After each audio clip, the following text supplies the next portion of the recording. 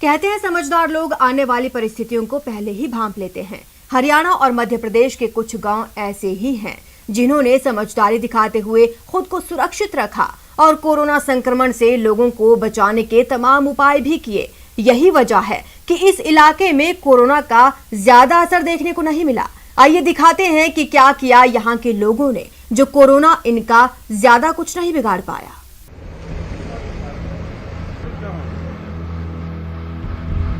कि पहली लहर में हमें समझ में आ गया था क्या करना चाहिए गांव के लिए, क्या नहीं करना चाहिए।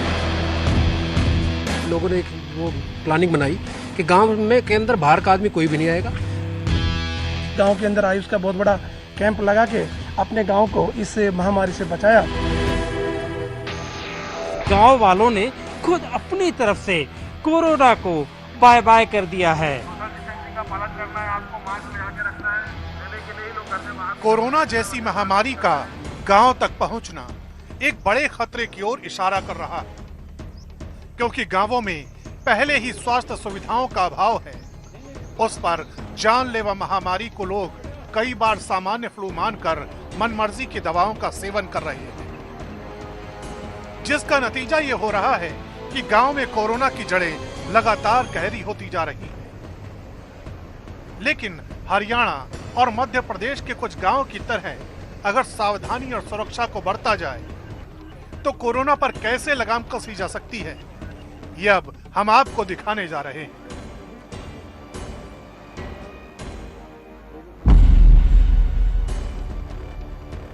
हौसला हो तो मुश्किलें हार जाती हैं, हौसला हो तो चुनौतियां चित हो जाती हैं, हौसला हो तो कोरोना जैसी खतरनाक महामारी को भी रोका जा सकता है।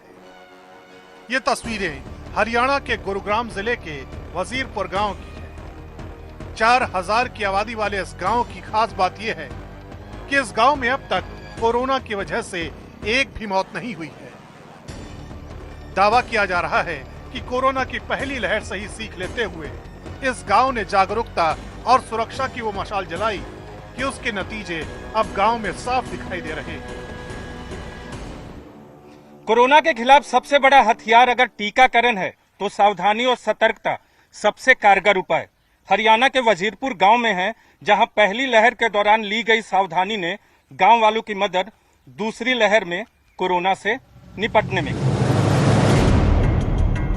हालांकि 4000 की आबादी वाले इस गांव में 4 से 7 लोग ऐसे हैं जिनमें कोरोना के लक्षण जरूर हैं, लेकिन ना तो किसी की हालत गंभीर है और ना ही कोरोना यहां अपने पांव पसार सका है। लास्ट ईयर 2020 के अंदर कोरोना आया था तो 22 मार्च को जनता कर्फ्यू लगा था। हम इतने अवेयर थे कि हमने 20 मार्च को ही गांव के अंदर आयुष का बहुत बड़ा कैंप लगा के अपने गांव को इस महामारी से बचाया, और जिसका आज परिणाम है कि आज मेरा गांव इस कोरोना महामारी से बचा हुआ है। तो आज की तारीख में आपके गाँव में कितने लोग संक्रमित हैं या लक्षण है उनमें?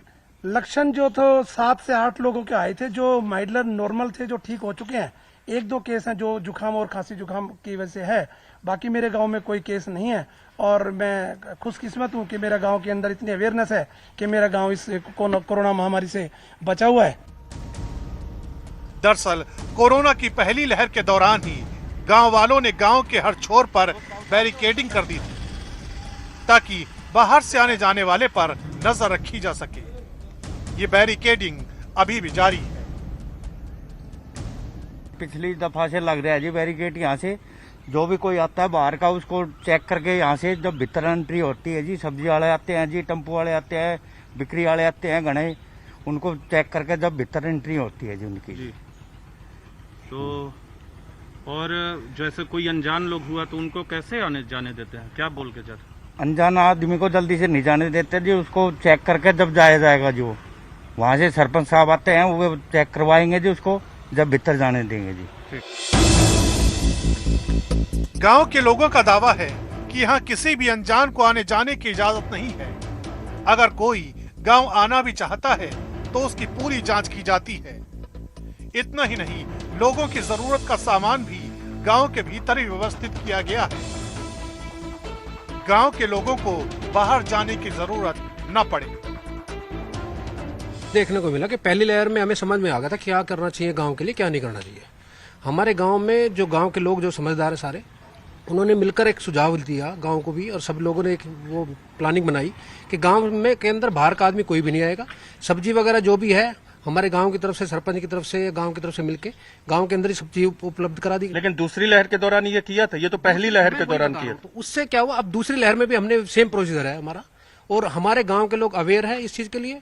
और सबसे खुशकिस्मती वाली बात यह है कि हमारे गांव में कोई भी ऐसा केस ऐसा नहीं है जो कि सेंसिटिव केस हो जिससे हमें हॉस्पिटल भागना पड़े। अगर मान लो 2-4 केस है भी तो माइल्ड केस है, वो भी ठीक हो जाएंगे। कोई तो वजह होगी, आप लोगों ने बैरिकेड भी लगाया है। बैरिकेड इसलिए लगाए हैं क्योंकि बाहर का आदमी कोई भी व्यक्ति है वो अंदर ना प्रवेश कर सके। अगर प्रवेश करे तो उसकी पहले जांच हो कि भाई कोरोना पॉजिटिव है, नेगेटिव है, क्या है वो। इससे क्या है, हमारे गांव के जो लोग रहते हैं उनकी भी सुविधा होती है। हमें कोई भी बाहर का व्यक्ति आए, सब्जी बेचने वाले आ गया, कोई और वैसे आ गया, हमारे गांव के जो लोग हैं बाहर इतने जाते नहीं है क्योंकि सारी व्यवस्था गांव ने अंदर ही कर रखी है।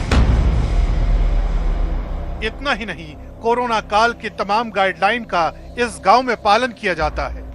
गांव के लोग न सिर्फ मास्क का लगातार इस्तेमाल कर रहे हैं बल्कि हैंड सैनिटाइजर को भी इन लोगों ने अपनी रोजाना की जरूरत में शामिल कर लिया है।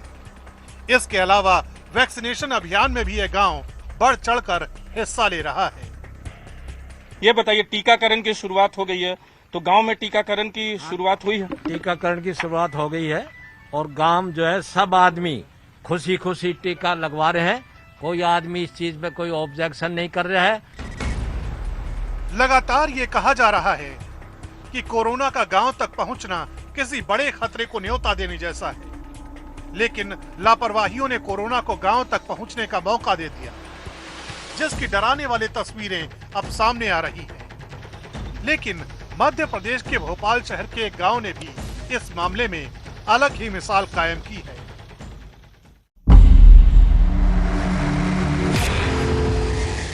ये भोपाल का परवलिया गांव है। शहर से इस गांव की जड़ें भले ही महज 25 किलोमीटर दूरी पर हों, लेकिन आपको जानकर हैरानी होगी कि यहाँ अब एक भी कोरोना का नया मरीज नहीं है।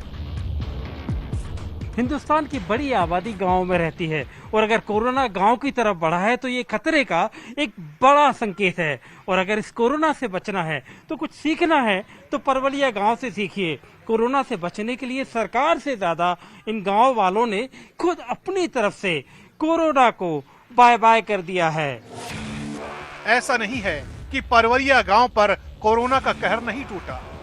महज 2 महीने पहले की बात है जब इस ग्राम पंचायत में कोरोना के 27 मरीज हुआ करते थे, लेकिन गांव के लोगों ने मिलकर ऐसा चमत्कार किया कि अब यहाँ कोरोना का एक भी मरीज नहीं है। सवाल उठता है कि आखिर ऐसा गांव वालों ने क्या किया कि कोरोना को दोबारा सिर उठाने का यहाँ मौका नहीं मिला। गांव की आबादी करीब 5500 है। गांव वालों ने जैसे ही कोरोना के खतरे को आते देखा, फौरन मिलकर क्वारंटीन सेंटर बनाया गया। अगर कोई शख्स कोरोना से पीड़ित हुआ तो उसने न सिर्फ खुद को आइसोलेट किया बल्कि कोरोना काल की तमाम गाइडलाइंस का पालन किया। कोरोना से ठीक होने के बाद जब मरीज की रिपोर्ट नेगेटिव आई, उसके बाद भी उन्होंने सोशल डिस्टेंसिंग का पालन किया। इसके अलावा गांव के तमाम लोग न सिर्फ मास्क पहन रहे हैं बल्कि प्रशासन के निर्देशों के मुताबिक बिना वजह अपने घर से बाहर नहीं निकलते। हम इस पंचायत भवन है जिसे गांव वालों ने एक क्वारंटाइन सेंटर बनाया। देखिए क्वारंटाइन सेंटर पंचायत भवन बन गया, लेकिन बड़ी अजीब बात है, गांव वालों का इतना अच्छा मैनेजमेंट था, इतना अच्छा प्रबंधन था कि इस क्वारंटाइन सेंटर में एक भी कोरोना मरीज को लाने की नौबत नहीं आई, क्योंकि गांव वाले के जो तमाम जो लोग थे वो अगर कुछ होता था तो खुद ही अपने घरों में अच्छे से क्वारंटाइन हो जाते थे। देखिए पूरा यहाँ किट रखी हुई है, सारी दवाइयाँ रखी हुई हैं, मास्क रखे हैं, सैनिटाइजर रखे हैं, ऑक्सीमीटर रखा है। खास बात ये भी रही कि प्रशासन के अलावा स्थानीय जनप्रतिनिधियों ने भी अपनी अहम भूमिका निभाई। थाना प्रभारी गिरीश त्रिपाठी दिन में 2 बार न सिर्फ गांव का राउंड लगाते हैं बल्कि लोगों से कोरोना काल के दिशा निर्देशों का पालन करने की अपील भी करते हैं। पुलिस भी पूरी तरह से मदद करती है और पूरे समय शहर जो गांव है उसमें कम से कम 3-4 मरतबा इस तरह गाड़ी जाती है और इस तरह से जाकर लोगों को आगाह करते हैं, लोगों के बीच में ये आप अनाउंसमेंट करते हैं लगातार। तो इसका आपको लोगों से उतना जैसे कहते हैं रिस्पॉन्स मिलता है। जी बिल्कुल, यहाँ परवलिया में लोगों ने डिसिप्लिन का पालन किया है और कई दिनों तक तो गांव वालों ने खुद ही जनता कर्फ्यू का ऐलान करके और 4-5 दिन के लिए खुद ही बंद कर दिया था सब कुछ। हमको ज़्यादा कहना नहीं पड़ा लोगों को, यहाँ लोग जागरूक हैं और बात सुनते हैं और इसी कारण से यहाँ केस भी कम हैं और अब लगातार केस घट भी रहे हैं। यहाँ की जनता ने भी प्रशासन का पूरा सहयोग किया। अभी तक तो सभी सुरक्षित हैं। कैसे रह पाए सुरक्षित आप लोग? हम लोगों ने क्या घर में रहे हैं, सोशल डिस्टेंसिंग का पूरा जो है फॉलो की है चीज़ें और बाहर नहीं निकले हैं और जो भी गवर्नमेंट की गाइडलाइंस है, हमारे जो लोकल सरपंच की पंचायत से जो गाइडलाइंस हमें मिली है हमने उसका पालन किया है और बाकी जो भी प्रिकॉशंस इसमें बताए गए हैं वो सारी चीज़ें फॉलो की है। इस वजह से हम लोग अभी तक सेफ हैं। उन्होंने बोला अंदर रहिए, अंदर रहते हैं, बाहर ना निकलें, इमरजेंसी में ही निकलें, ऐसे ही निकलते हैं, बाकी कोई नहीं निकलता बाहर। चुनौतियां भले ही विकराल हों, लेकिन ये बात अपने आप में सच है कि अगर गांव-गांव तक जागरूकता की मशाल को सही से जलाया जाए तो महामारी की रफ्तार को न सिर्फ थामा जा सकेगा बल्कि लाखों लोगों की जान भी बचाई जा सकेगी। क्योंकि लगातार यही कहा जा रहा है कि कोरोना के खिलाफ सबसे बड़ा मंत्र सुरक्षा और जागरूकता है। अगर इस हथियार का महामारी के खिलाफ इस्तेमाल किया जाए तो आने वाले खतरे को टाला जा सकता है। यहाँ रुकते एक छोटे से ब्रेक के लिए, जल्द हाजिर होंगे। स्वागत है।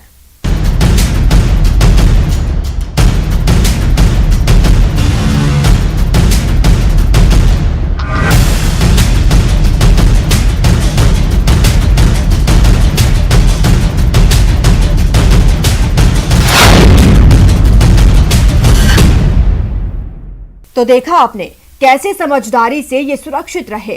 अब बात करते हैं WHO से आई गुड न्यूज की। दरअसल WHO ने कहा है कि भारत में अगर टीकाकरण की प्रक्रिया तेज हो गई तो फिर तीसरी लहर के कहर को बेकाबू होने से रोका जा सकता है।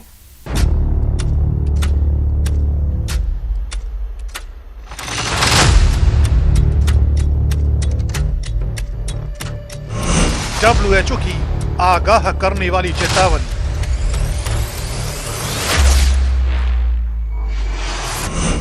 भारतीय कोरोना वेरिएंट से ज्यादा खतरा।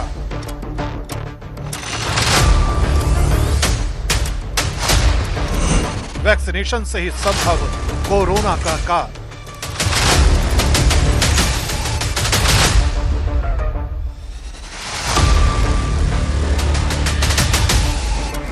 देश इस वक्त चुनौती भरे हालात से गुजर रहा है।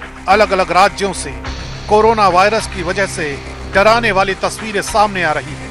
मुसीबत से भरे इन हालात के बीच विश्व स्वास्थ्य संगठन की वैज्ञानिक सौम्या स्वामीनाथन ने बड़ा दावा किया है। कोरोना के भारतीय वेरिएंट पर चिंता जाहिर करते हुए सौम्या स्वामीनाथन ने कहा है कि भारतीय डबल म्यूटेंट कोरोना वायरस कहीं ज्यादा खतरनाक है। साथ ही उन्होंने ये भी कहा कि महामारी के इस दौर से बाहर आने के लिए भारत को अपने वैक्सीनेशन अभियान को और तेज करना होगा। शुरुआती आंकड़े बताते हैं कि भारतीय वेरिएंट ज्यादा संक्रामक है। WHO भारत में मामलों और मौत की संख्या के बारे में फिक्रमंद है। विश्व स्तर पर कोरोना मामलों और मौतों की स्थिति स्थिर है, लेकिन दक्षिण एशिया में नहीं है। कुल मिलाकर संख्या ये बताती है कि क्या हो रहा है। राज्य स्थानीय स्तर के आंकड़ों में गहराई तक जाने की जरूरत है। WHO की फिक्र को समझने के लिए हमें इस डबल म्यूटेंट की कहानी को भी समझना होगा। दरअसल इस वेरिएंट को B1612 नाम दिया गया है। भारत में इस वेरिएंट का पहला केस पिछले साल अक्टूबर में देखने को मिला था, जिसके बाद लोगों की लापरवाही की वजह से इस वेरिएंट को पांव पसारने का मौका मिल गया। इस वेरिएंट ने इतनी तेजी के साथ भारत की बड़ी आबादी को अपने शिकंजे में लिया कि रोजाना लाखों मरीज सामने आने लगे। दावा किया जा रहा है कि ये वेरिएंट बहुत तेजी के साथ म्यूटेट करता है और यही इसके खतरनाक होने की सबसे बड़ी वजह है। विश्व स्वास्थ्य संगठन लगातार इस वायरस के भारतीय वेरिएंट को लेकर फिक्रमंद है। WHO में इमरजेंसी प्रोग्राम के टेक्निकल हेड ने भी इस वेरिएंट पर अपनी चिंता जाहिर की है। You're talking about the B1617 virus variant that was first identified in India. Indeed, this is one that has been classified as a variant of interest by WHO. Our EPI team and our lab team has been discussing with our virus evolution working group this variant, this B1617, and everything that we know about it in terms of transmissibility and any studies that are being done in India as well as in other countries where this virus variant is circulating. विश्व स्वास्थ्य संगठन के मुताबिक corona की जो भी vaccine विकसित की जा रही है वो वायरस के नए वेरिएंट के खिलाफ भी न्यूनतम सुरक्षा जरूर देगी। ये वायरस के खिलाफ एंटीबॉडी और कोशिकाओं की श्रृंखला से एक बड़ा इम्यून रिस्पांस तैयार करती है। इसलिए वायरस में कोई भी बदलाव या म्यूटेशन वैक्सीन को पूरी तरह निष्प्रभावी नहीं कर सकता। WHO की माने तो नए स्ट्रेन पर प्रभावी क्षमता बढ़ाने के लिए इन वैक्सीन के कंपोजिशन में कुछ बदलाव कर इन्हें अपग्रेड करना पड़ सकता है। फिलहाल विश्व स्वास्थ्य संगठन अभी नए स्ट्रेन का डेटा लेकर उसके व्यवहार की स्टडी कर रहा है। स्वास्थ्य अधिकारी और वैज्ञानिक ये समझने की कोशिश कर रहे हैं कि इनका वैक्सीन की प्रभावी क्षमता पर क्या प्रभाव है। ये प्रभाव अलग अलग वैक्सीन पर अलग अलग हो सकते हैं। दावा किया जा रहा है कि वायरस के म्यूटेशन से निपटने के लिए कई तरीके अपनाए जा सकते हैं, जिसमें पहला तरीका है कि वायरस के संभावित बदलावों को ध्यान में रखते हुए वैक्सीन बनाई जाए और अपग्रेड की जाए। दूसरा तरीका है वैक्सीन एक से ज्यादा स्ट्रेन के लिए बनाई जाए और तीसरा तरीका है बदलाव के मुताबिक बूस्टर टीका अलग से दिया जाए। लेकिन इन तमाम बातों के बीच WHO के वैज्ञानिक यही सलाह दे रहे हैं कि वैक्सीन कोई भी हो उसे जल्द से जल्द भारतीय नागरिकों को लगाया जाए। I want to clarify because I was quoted as saying that vaccines are not going to work against this variant. That is completely not true. What studies we have seen from across the world show that even if the variants are a little less susceptible to the antibodies, the overall effect of vaccination is to reduce severity of disease, reduce hospitalization, and prevent death. So I want to re-emphasize that all the available vaccines today in India and elsewhere prevent severe disease and death. Even if you get the infection, you're not going to end up in the ICU critically ill. So message is, take the vaccine, whichever vaccine is available to you, and if you're eligible for it and your turn is there, please take it. दरअसल vaccination अभियान में WHO क्यों तेजी लाने की बात कह रहा है, इसके पीछे भी बहुत सारी वजहें हैं। वैक्सीनेशन कोरोना के प्रसार को रोकने में मददगार है। वैक्सीनेशन की वजह से मौत के आंकड़ों में कमी आती है। वैक्सीनेशन हर्ड इम्यूनिटी में मददगार साबित होता है। खास बात ये कि जिन देशों में वैक्सीनेशन का अभियान तेजी के साथ चलाया जा रहा है, वहां अब कोरोना की रफ्तार पर भी ब्रेक लग चुका है। दावा किया जा रहा है कि अमेरिका में आधी से ज्यादा आबादी का वैक्सीनेशन किया जा चुका है और अब वहां कोरोना के मामलों में बहुत कमी आ चुकी है। इजराइल में वैक्सीनेशन अभियान की वजह से अब लोगों को मास्क लगाने की जरूरत नहीं है। इंग्लैंड, स्कॉटलैंड और उत्तरी आयरलैंड में अब एक भी मौत दर्ज नहीं की जा रही है। रूस में भी कोरोना के मामले लगातार घटते जा रहे हैं। ठीक इसी तरह फ्रांस में भी कोरोना की रफ्तार पर ब्रेक लग चुका है। कोरोना के भारतीय वेरिएंट को लेकर भले ही WHO आगाह कर रहा है, लेकिन दूसरे देशों की ही तरह भारत में भी अब लॉकडाउन और वैक्सीनेशन का असर साफ दिखने लगा है। जाहिर है दुनिया भर के अलावा भारत से भी इस वक्त जो तस्वीरें निकलकर सामने आ रही हैं, उसमें वैक्सीनेशन की भूमिका का साफ पता चल रहा है। यही वजह है कि वैक्सीनेशन अभियान को गंभीरता से लेने की जरूरत है, क्योंकि वैक्सीन की ही बदौलत वायरस का विनाश किया जा सकता है। फिलहाल इतना ही। आप बने रहे हमारे साथ और देखते रहिए News 18 राजस्थान।